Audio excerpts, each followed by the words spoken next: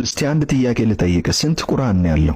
ይሄ ምን አይነት ጥያቄ ነው? አንድ ነው። ቁርአናችን ከነብያችን ጊዜ አንስቶ ምንም ያልተለወጠ አንድ ነው። አይ አብዱል፣ በህይወት ዘመን አንድ ጊዜ እንኳን የቁርአንን አመጣጥ ታሪክ ለማጥናት ሞክረህ ታውቃለህ? ማለት ይኸውልህ ኡስታዞች ከፈጠሩልህ ሳጥን ወጣ ብለህ ቁርአንን አመጣጥ ታሪክ ብታጠና እውነታው ኡስታዞች ከነገሩ እጅግ የተለየ ሆኖ ታገኘዋለህ። ቁርአን ከጅምሩ አንድ አለመሆኑንና የምዕራፎቹን ብዛት እንዲሁም ውስጣዊ ይዘት አስመልክቶ በሙስሊም ሊቃውንት መካከል ውዝግብ እንደነበረ የሚያሳዩ አያሌ መረጃዎች በእስላማዊ ምንጮች ውስጥ ይገኛል። ለዛሬ አንዱን ላሳይ። መሐመድ አራት ሰዎችን በስም ጠቅሶ ሙስሊሞች ቁርአንን ከነኛ አራት ሰዎች እንዲማሩ ተናግሮ ነበር። ችግሩ ግን እነኛ አራት ሰዎች መካከል ሁለቱ በዚህ ዘመን ያላችሁ ሙስሊሞች ከምትከተሉት ቁርአን በምዕራፍ ብዛት የሚለይ የየራሳቸው ቁርአን ነበራቸው። ምንድነው የምታወራው? ቆይ ላስረዳ፣ በደንብ ስማኝማ። አንተ ቁርአን ስንት ምዕራፍ አለው ብለህ ነው የምታምነው? 114 ነው። ኢብን መስዑድና ኡበይ ቢን ከዓብ የተባሉ መሐመድ ቁርአንን በትክክል እንደሚያውቁ የመሰከረላቸውና ቁርአንን እንዲያስተምሩ ስልጣንን የሰጣቸው ሰዎች ግን እዚህ አይስማሙ። ማለት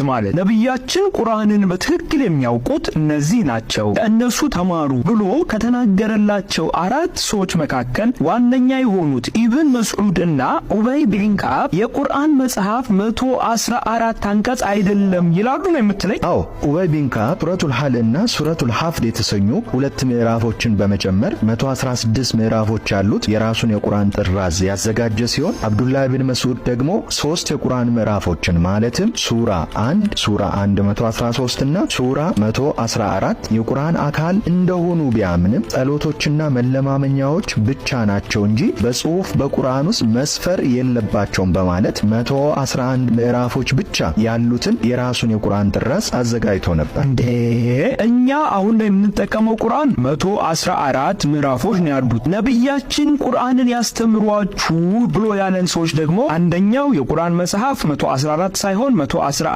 አንቀጾች ብቻ ናቸው ሊኖሩት የሚገባው በማለት ሌላኛው ደግሞ አይደለም ቁርአን 116 ምዕራፎች ነው ያሉት በማለት የየራሳቸውን አሁን ካለው ቁርአን በአንቀጽ ብዛት የሚለያዩ ቁርአኖችን አዘጋጅተው ነበር ነው የምትለኝ? አዎ አብዱል፣ በደንብ ገብቷል። ኢብን መስዑድ በራሱ ጥራዝ ውስጥ 111 ሱራዎችን ብቻ ከማካተቱም በላይ አሁን እናንተ የምትቀበሉትን በኡስማን ትዕዛዝ በዘይት ተዘጋጅቶ የነበረውን ቁርአን የተጭበረበረ ንባብ የሚከተል መሆኑን በማሳወቅ በግልጽ መቃወሙ አንዳንድ መዛግብት ይጠቁማሉ። ሌላ አንድ ነገር ልጨምርልህ። እነዚህ ቁርአኖች በምዕራፍ ብዛት ብቻ አልነበርም የሚለያዩት። ለምሳሌ ቅድም 116 ሱራዎች ያሉት ቁርአን እንዳዘጋጀ የነገርኩ ኡበይ እርሱ ባዘጋጀው ቁርአን ውስጥ ከኢብን መስዑድም ሆነ ከዘይድ ቁርአኖች ጋር የማይስማሙ ንባቦችንም ያካተተ ነበር። ለአብነት ያህል ሱራ 33:6ን ብትመለከት የኡስማን ቅጂ እንደሆነ የሚታመነው እናንተ አሁን የምትጠቀሙት ቁርአን እንዲነበባል። ነቢዩም በምዕመናን ከነፍሶቻቸው ይበልጥ ተገቢ ነው፣ ሚስቶቹም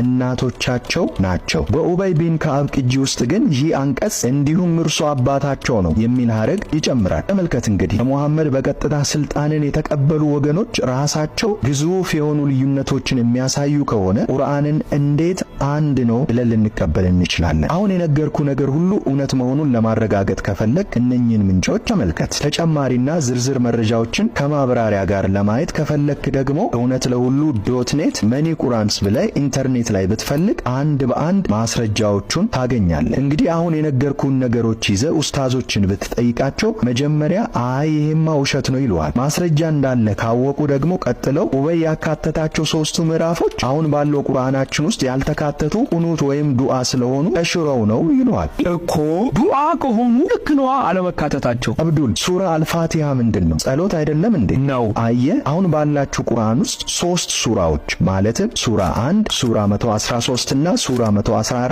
ጸሎቶች ቢሆኑም ተካተዋል። ስለዚህ ጸሎት መሆን አንድን ሱራ ከቁርአን ለማስወገድ መስፈርት አይደለም ማለት ነው። ሌላው ማወቅ ያለብህ ነገር ደግሞ እነዚህ ሱራዎች በኡበይ ጥራዝ ውስጥ ዝም ብለው እንደ መጨረሻ ቅጥያ የተቀመጡ ሳይሆኑ በትክክል በሱራ 113 እና 114 መካከል ተቀምጠው የነበሩ ናቸው። ስለዚህ እነዚህ ሱራዎች ከቁርአን የተሻሩ ስለመሆናቸው ከሙሐመድም ሆነ ከእነዚህ ወገኖች የተላለፈ መረጃ እስካልቀረበ ድረስ ተሽሯል ማለት አስኬድም። ለዛሬ እንዳይበዛብህ እዚህ ጋር እናቁም። ግን ይህንን ጥያቄ ራስን ጠይቅ። የመጀመሪያዎቹ ሙስሊሞች ስለ ቁርአን ይዘት እንዲህ የገዘፉ የአቋም ልዩነቶችን ይዘው ከነበረ ቁርአን አንድ እንደሆነ መናገር እንዴት ስሜት ይሰጣል? ወደፊት ደግሞ ከዚህ በላይ አስደንጋጭ የሆኑ መረጃዎችን አሳይሃለሁ።